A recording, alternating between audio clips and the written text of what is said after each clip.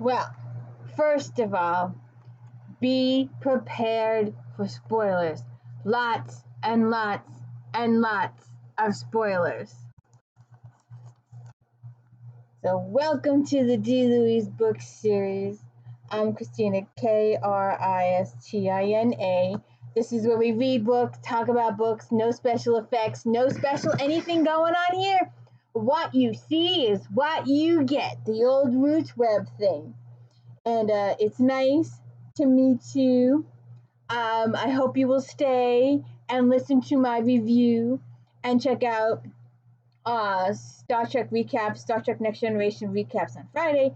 Also, the If Then episodes Friday afternoon. If you like this author, then maybe you like that author.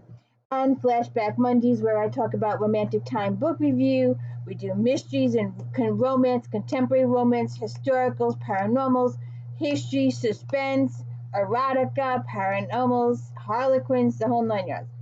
Oh, I got it. But anyways, and my daily book reviews. We are doing J.R. Ward's Black Dagger Brotherhood. We are doing Victoria Thompson's Gaslight series with Sarah and Frank Malloy.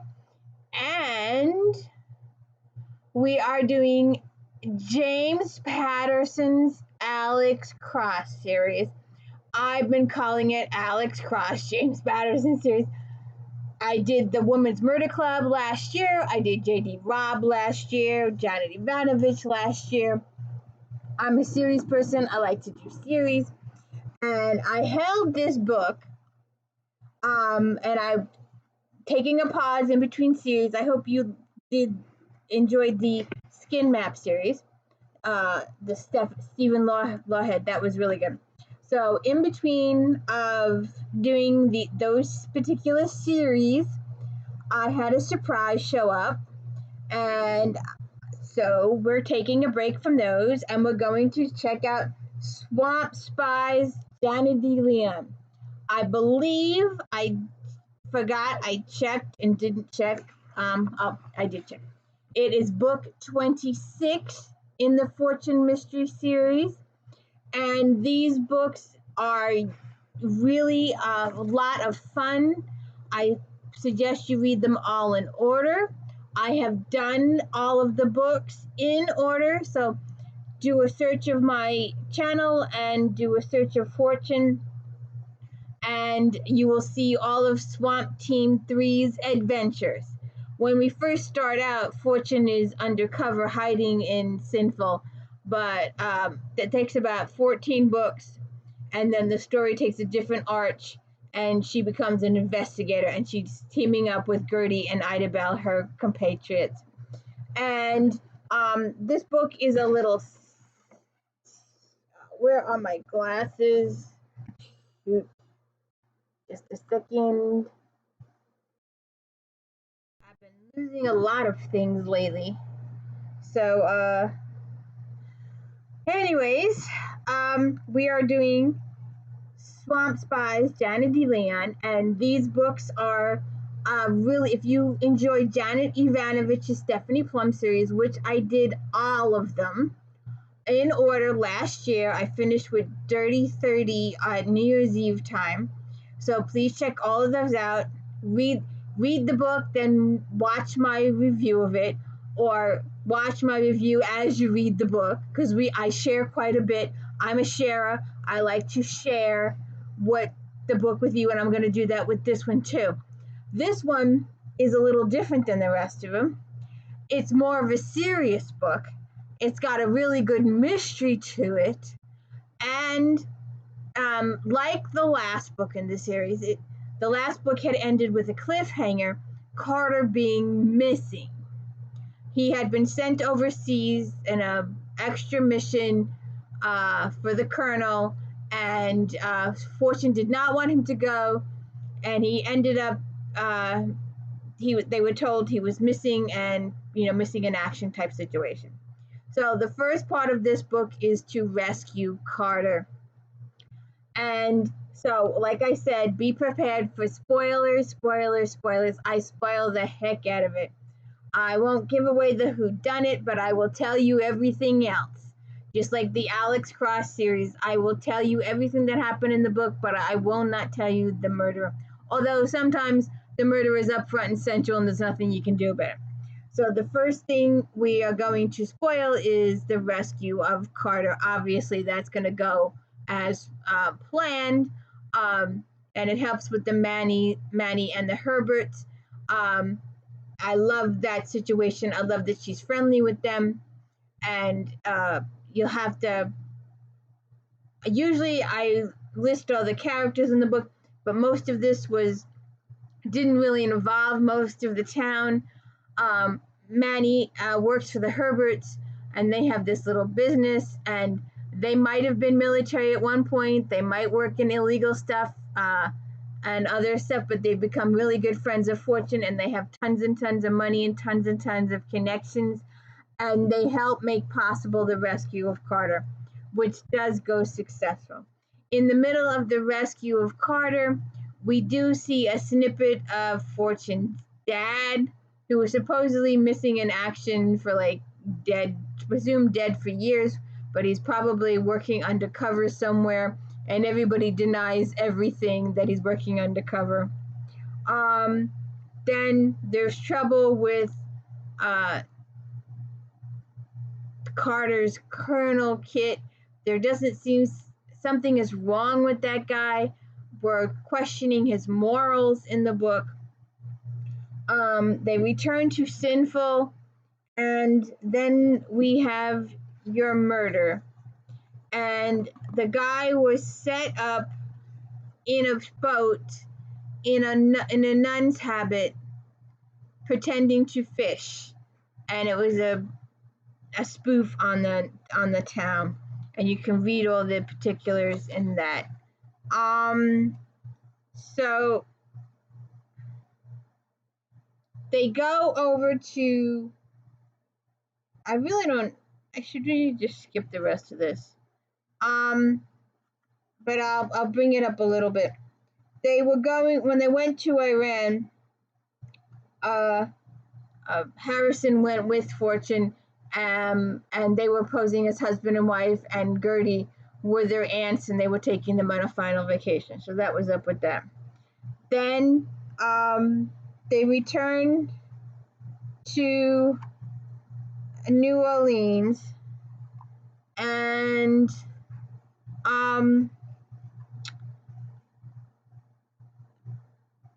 I guess I don't have it. I don't know why I fingered this page. But they're questioning. Ronald had volunteered to attend to my landscaping. I didn't have the heart to tell him that my tending amounted to paying someone to plant and fertilize and make sure the sprinkler system was on. I knew Emmeline and Walter would keep each other in check as much as they could, and Tiny was perfectly fine being spoiled at Emmeline's house. Andy Blanchett, a retired sheriff who was filling in for Carter while he was away, was running herd over Sinful. I'd recently worked a case with him and had gotten to know him well during the investigation. I knew the town was in good hands, even with all of us out of pocket. Big and Little Herbert were the only other people who had any idea what we'd been up to, and since they'd been in up to it their necks, at least financially, I knew they were probably better appraised of everything that had happened than anyone else. But as soon as I finished a pot of coffee and at least 2 of the muffins that Allie had left on the counter, I would head over to thank them in person. And they go over to thank them in person, and Carter is there too after he's been briefed. Oh, and Gertie takes a camel ride. Another little page that I fingered for reading about.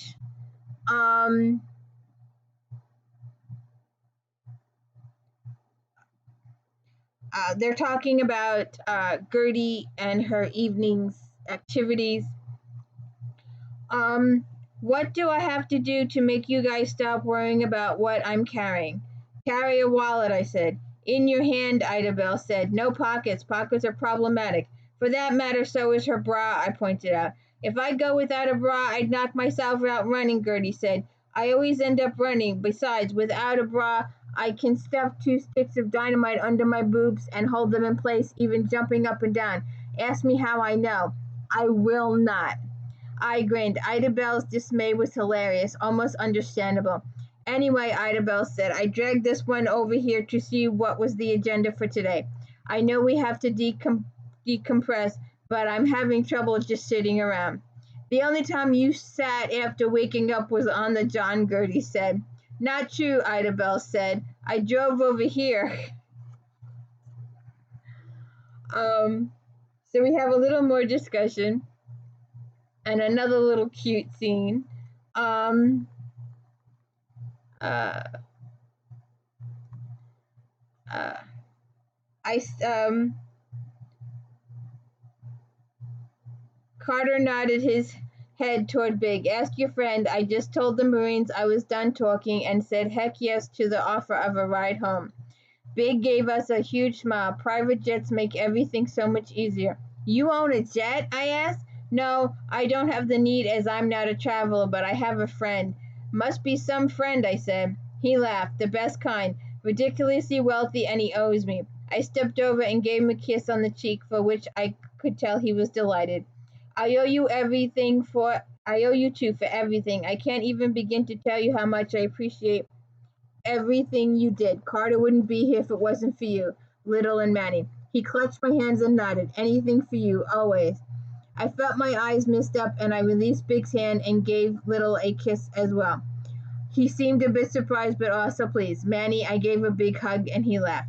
When I stepped back, he grinned. You are the most impressive operative I've ever worked with, and that's saying a lot.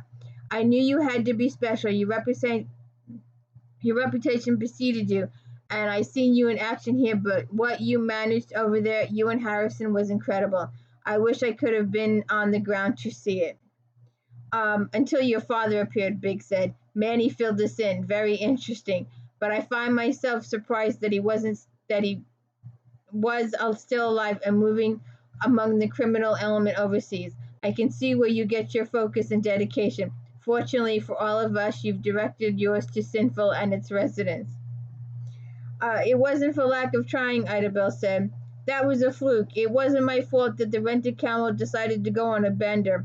Carter smiled and shook his head. Words you never want to hear in the same sentence. Rented camel and bender. You have to tell me all about it later after I've seen my mother and Walter.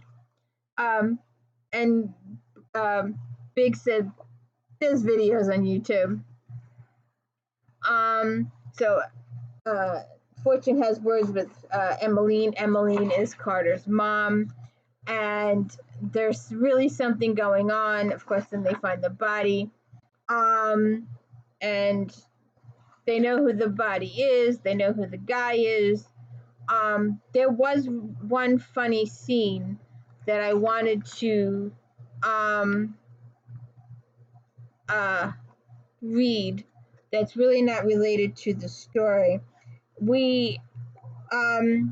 I like it. This didn't have as many funny scenes as her normal books, and it probably didn't need it because of the intensity of the book. But there's always nice to have at least one chuckle in her book, and I think this was the big chuckle for the book. And it's not really spoiling much of the mystery. It's just their adventure with Celia. If you know, Celia is with the computer. For those of you who don't know, it's being held by a binder clip, the bottom separated from the top. So until something happens like miracle, this is it for a while. Almost 1,000 videos.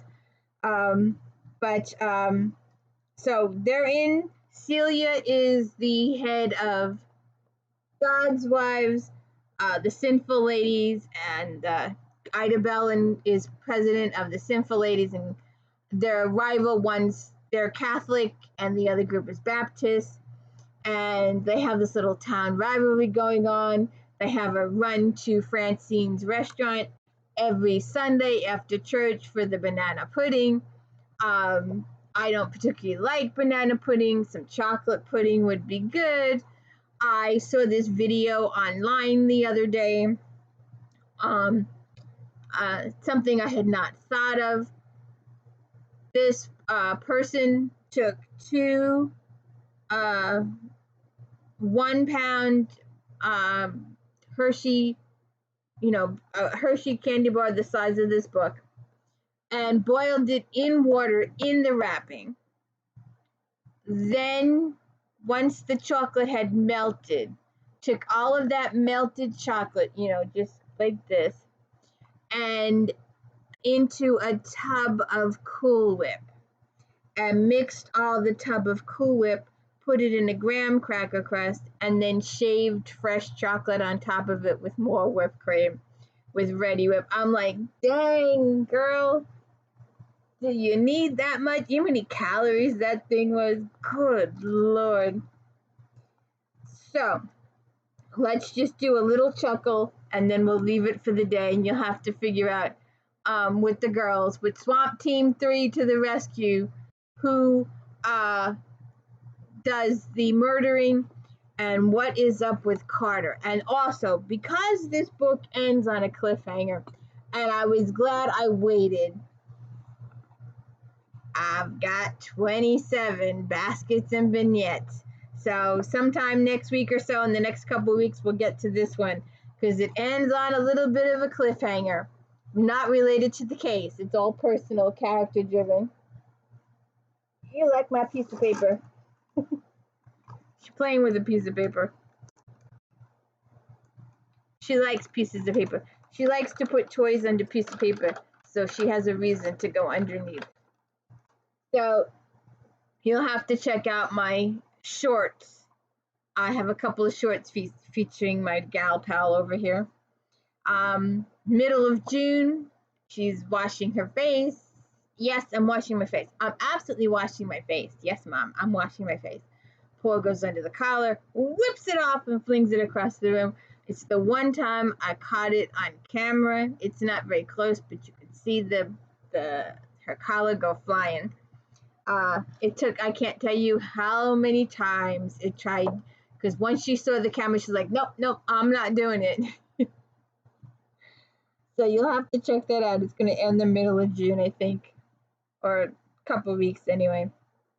So I will have to tell you that they were in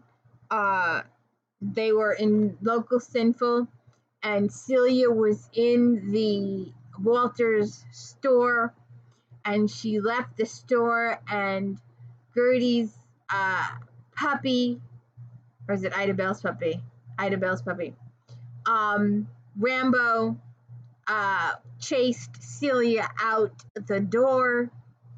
And there was, the reason is at the end of the story. When I exited the bakery, I spotted Ida Bell's SUV parked a bit down from my Jeep, and had assumed she'd come in town to see Walter. And it wasn't surprising that Rambo, her bloodhound puppy, was with her. But what I didn't expect was to see him chasing Celia out of the general store. Ida Bell flew out the door after him, yelling for him to stop. I'm certain more worried that he'd run into traffic than he'd somehow injure Celia. I was a little surprised when he continued apace, because he usually responded well to commands, but instead he dashed after Celia with zero indication that Ida Bella was issuing orders from behind. In her quest to escape, she was currently calling Hound of Hell. She ran right for the street. Fortunately, this was Sinful and not New Orleans, but there were still 3 vehicles, a 4-wheeler, and Sheriff Lee on his horse, traversing Main Street at the time. But her screaming was loud enough to startle the practically deaf horse and send him bolting into the florist shop. Seconds later, he came running back out, a bouquet in his mouth, and the florist chasing him, and took off down the main street, Sheriff Lee holding on for dear life. She continued her reign of terror by pivoting away from the scared horse and ran straight into traffic, where she promptly hit the back of a car bumper.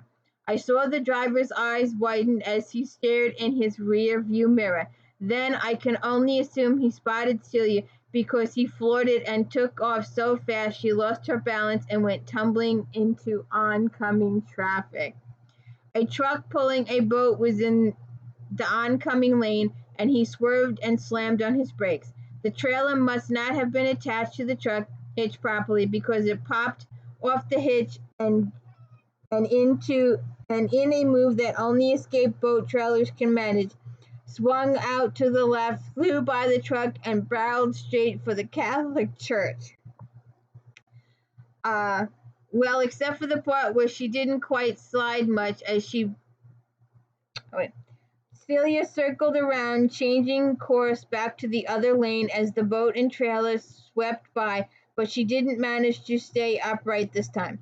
She slid into the lane of oncoming traffic like a professional baseball player who just hit a home run. Well, except for the part where she didn't quite slide so much as she bounced a couple of times, then collapsed right into the path of the four-wheeled guy. He avoids her, but pitches off to the right and crashed into a light pole, where a family of four, each holding a milkshake, had been waiting to cross the road. As the family scrambled, the milkshakes went up in the air, and the four-wheeler and its driver got a coat of pink. Looks like strawberry, Walter said as he stepped up beside me. I prefer vanilla. Do we need to help her? I asked, and by her I mean Ida Bell, not Celia. Walter snorted. I'm pretty sure there's no helping either of them for different reasons. A huge rocket disrupted our contemplation, and we looked over to see the source. The wayward boat had crashed into the Easter display at the Catholic Church. The cross, which had been standing in front, surrounded by Easter lilies, was uprooted and now leaned against the front tree, effectively blocking entrance. The Catholics are going to accuse boats of starting a religious war before the month is over, I said. Walter snorted. Boats aren't religion. Fishing is, at least in sinful. We heard Celia let out another cry and turned in time to see her climb into the back of a pickup truck that had just pulled into town, pulling hay and sheep. The startled driver slammed on his brakes. She pitched forward, and we lost sight of her, and she lands on the sheep. And the reason why, and the legitimate, honest reason why Rambo was chasing Celia, I'll let you read for yourself. It's a doozy. But, so you're going to have to read to find out who murdered the Gabe and what was going on with his family, what is going on with Carter. Does he have PTSD? Did something happen over there? Is he messed up? He was beaten and tortured. We know that. But what else happened? He needs to start seeing a shrink. Are there some other problems going on that we don't know about?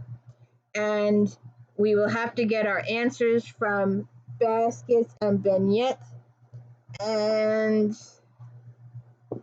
it's a little bit bigger almost. Let's see. This is 306 pages. And this is 319 pages. And it looks like it ends on a cliffhanger too. So be ready, be prepared. These are awesome stories. And please hit the like and subscribe. Thank you.